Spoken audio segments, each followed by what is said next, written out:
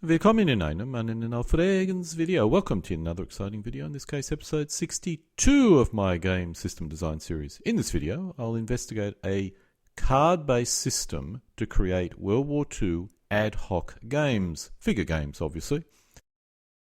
While for Napoleonic games and to a lesser extent ancient games, a valid strategy is to use historical scenarios. This is much more difficult for World War II, Cold War and modern conflicts. Most rules support a player commanding a brigade or division at the most, and those type of scenarios are surprisingly difficult to identify and obtain the required information to create a scenario from. When you get up to core scale, it becomes a lot easier, but this is not a common scale for micro-armor conflicts. However, even at this scale, some simple method of creating a quick ad hoc game is a worthy objective. The actual scenario details of such an ad hoc game will only be covered briefly, as I've covered my current thinking on the matter in other videos. The size of the playing area is not that significant and is determined by the rules being used. The scenario structure is common to any playing area size or scale, although for skirmish rules the structure is stretched to almost breaking point. The key point is this scenario structure is designed for asymmetrical force mixes. In simple terms, one side is the defender and the other is the attacker, with a counterattack possibly occurring in the second half of the game. This may work with equal force mixes, but I suspect the game would be rather static and boring as a result. Let's start with objectives. The first objective is placed in the center of the playing area. In this case, the play is along the short axis, but it could just as well be along the long axis. We now place two more objectives. This can vary by player preference, but I normally use these ratios. If the playing area is 3 by 4 feet in size, then the two objectives are 1 foot distance from each playing edge. As you can see, the three objectives are all progressively further from the attacker's player's edge and on opposing sides of the playing area. One objective is easy to take, one very hard, and the middle one is difficult but should be possible.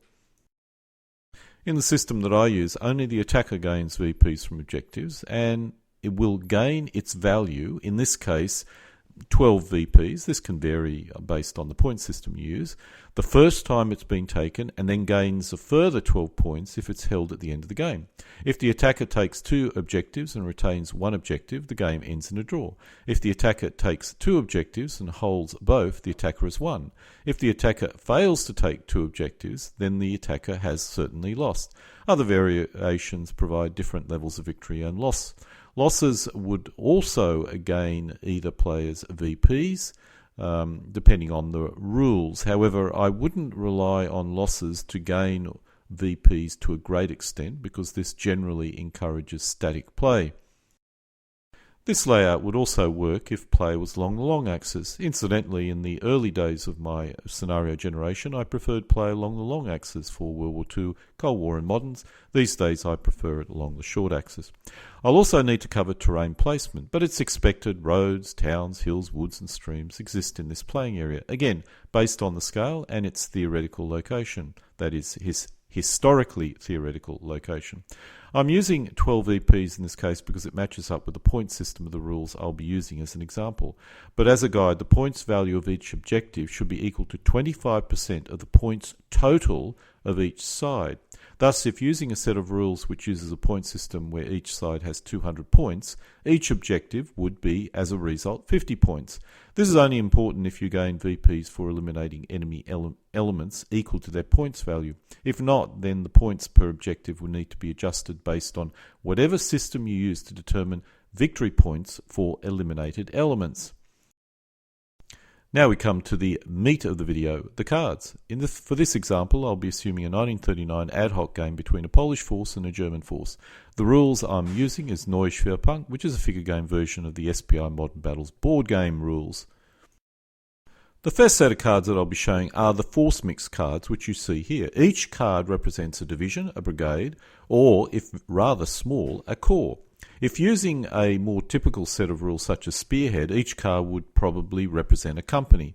In my test games, I discovered a minor issue with these cards' points value, which requires players to be good with maths in their head. In retrospect, I decided to divide all these values by 3 to make it easier for players to do the required calculation. But for this example, let's go with the full Monty. The formation is listed here. The name is bling, but the quality or morale of the formation is also listed in this area. The period of this ad hoc game is listed here. It is advised opposing players should be appropriately matched. Modern Warfare is complex and mixing periods can introduce a lot of issues in terms of play balance, so I typically do not mix issues. I typically, even though it's an ad hoc game, I want historically accurate opposing forces.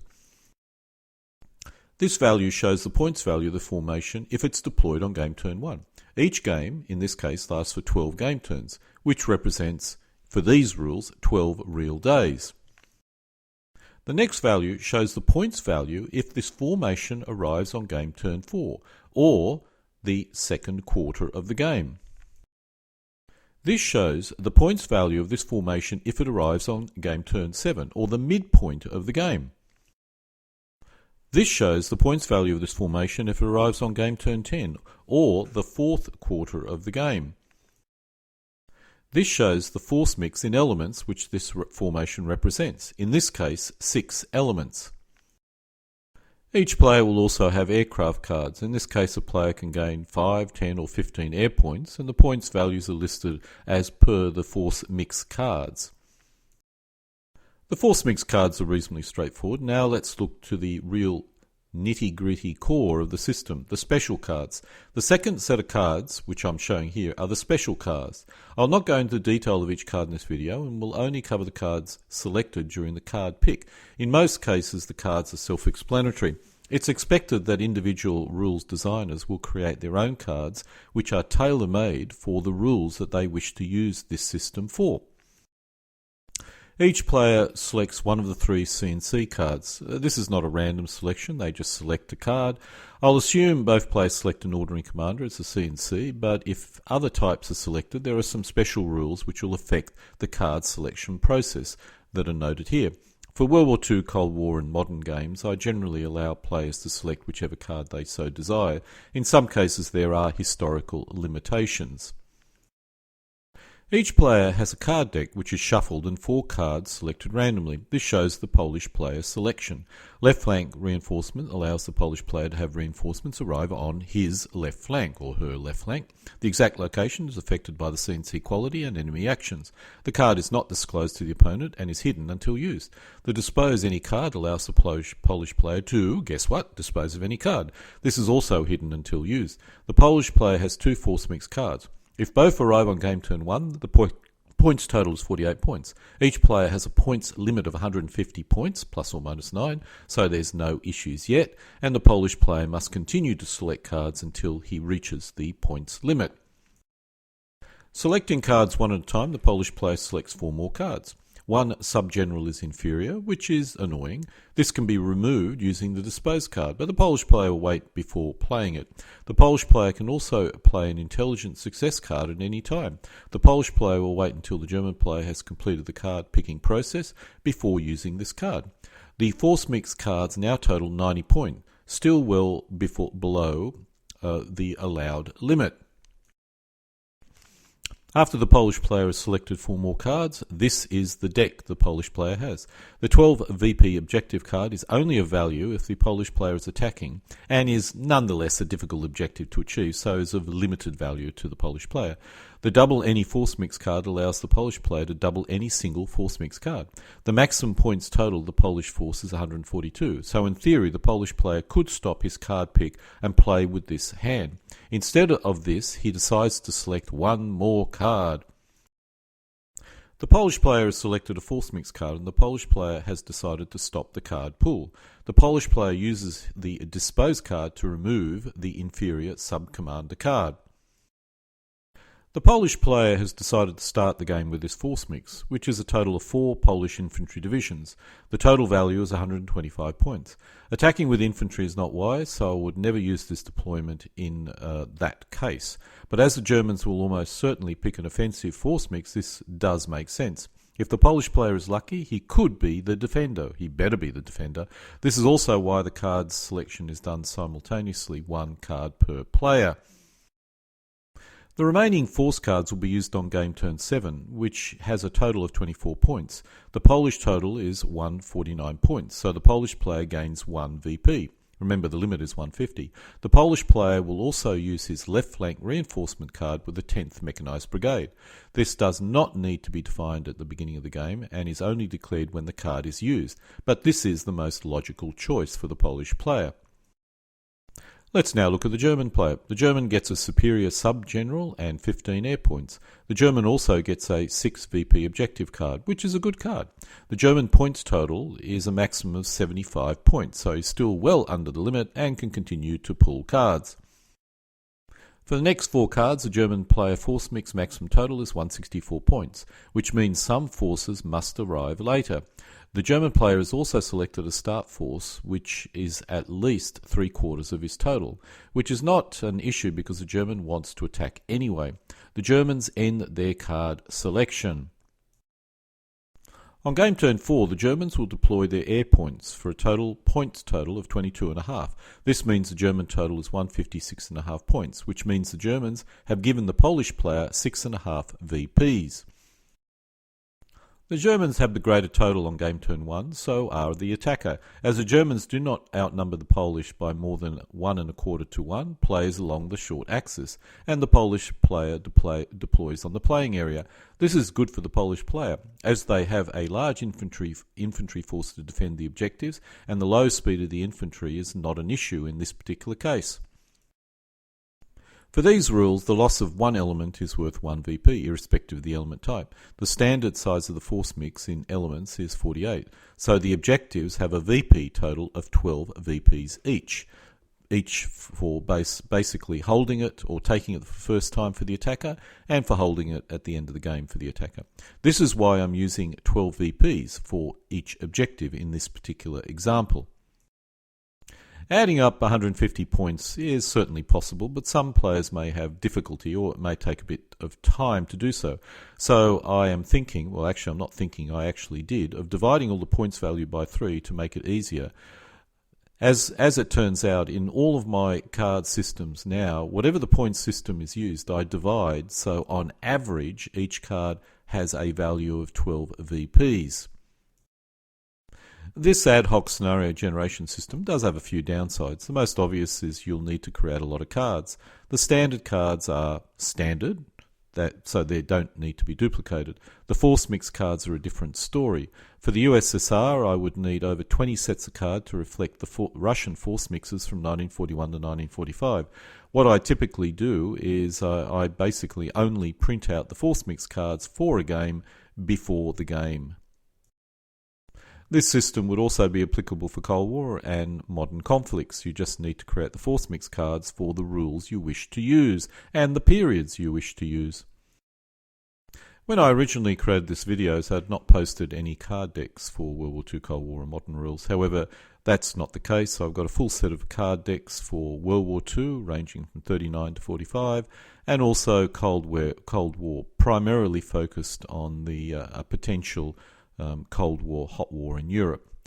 I am using these are posted in the file section of the Schwerpunkt.io group site under the Neue Schwerpunkt folder. I'm unable to create a set of cards for every possible set of rules, but if players think this will work for them, then they can use my attempt as a template. I also included the card deck in PowerPoint format, so players can simply go in there and edit them to their heart's content and then print them out accordingly. The force mix cards are reasonably straightforward, but the standard cards are not, or the special cards are not, and I'm still fine-tuning these cards. In order to keep the deck of cards down to a standard 52 card deck, I can only use 18 standard cards in a player deck of cards. 18 plus 9 equals 27, which, if doubled, becomes 52, a standard set of deck of cards. At least that's my target that I'm trying to achieve. Some of the ideas that I'm considering and have adopted is to have standard cards which lists what different nationalities can actually field in terms of air points in different situations or periods. Thus, for Poland, only the 5 air point card would be available, and for the Germans, only the 10 and 15 air point card accordingly. While it's possible I am wrong, and I've certainly been wrong in the past, I really feel my journey to find a quick and balanced ad hoc gaming or scenario generation system is coming to a successful conclusion. Even my terrain task is coming to a reasonable conclusion, and with standard default playing areas and a set of historical battlefields which I can use for ad hoc games, or some basic guidelines to create ad hoc playing areas. Just as an interesting point, all my actual historical battlefields are my Napoleonic battlefields, but they seem to work rather well for World War II or even Cold War. The only exception is that I have created playing areas for Würzburg, the Modern Battles series, and also the Ardennes Offensive, which I can even use them for Napoleonic battles. But going back to my Napoleonic historical playing areas, or standard playing areas, I've created playing areas for Wagram, Leipzig, Waterloo, Austerlitz, and Jena Austerlitz. I'm now working on a monster Leipzig playing area, 1 in 14,000 scale, which I feel is a monster game. I actually completed that, and it looks pretty good. If I do not wish to use the entire Leipzig playing area, can I simply use half of them for a standard size game? There are a lot of options available. However, I have to admit I'm erring on the side of just a standard playing area, which I've created with a fixed road network and a fixed water feature network, with the only variable aspect being the placement of hills, swamps, lakes, etc. I've created my own cards, and I use I don't think a particularly complex system to create them, and I basically try and make them look like standard playing cards by using a standard playing card form factor and size. In my case, I use a rather old inkjet printer to print the cards, as you can see here. At work, I have an access to a colour printer which can print double-sided, which is very useful, but I rarely have the opportunity to use it. To make the cards thick enough, I use 200 GSM paper. I print on both sides of the paper. For my inkjet printer, I have to feed the paper through the printer twice. For the double-sided printer at work, obviously it does it automatically. Once I've printed the double-sided cards on a 200 GSM piece of A4 paper, I cover both sides with clear plastic contact. This protects the cards as well as making the cards a bit thicker. I then cut out the cards, which results in a reasonably thick card, as you can see here. This concludes episode 62 of my video series on game design theory, in this case discussing a World War II card-based system to create quick ad hoc games. Just as an interesting point, what I'm doing lately is I don't randomly select the force mix cards. I simply give both players the 9 force mix cards, and they build up their force mixes and reinforcement schedules using that. But I still do randomly select the special cards, and that seems to speed up the process and seems to work quite well for World War II, Cold War and modern battles, less so for Napoleonics. Alle guten Dingen, kommen zu einem Ende.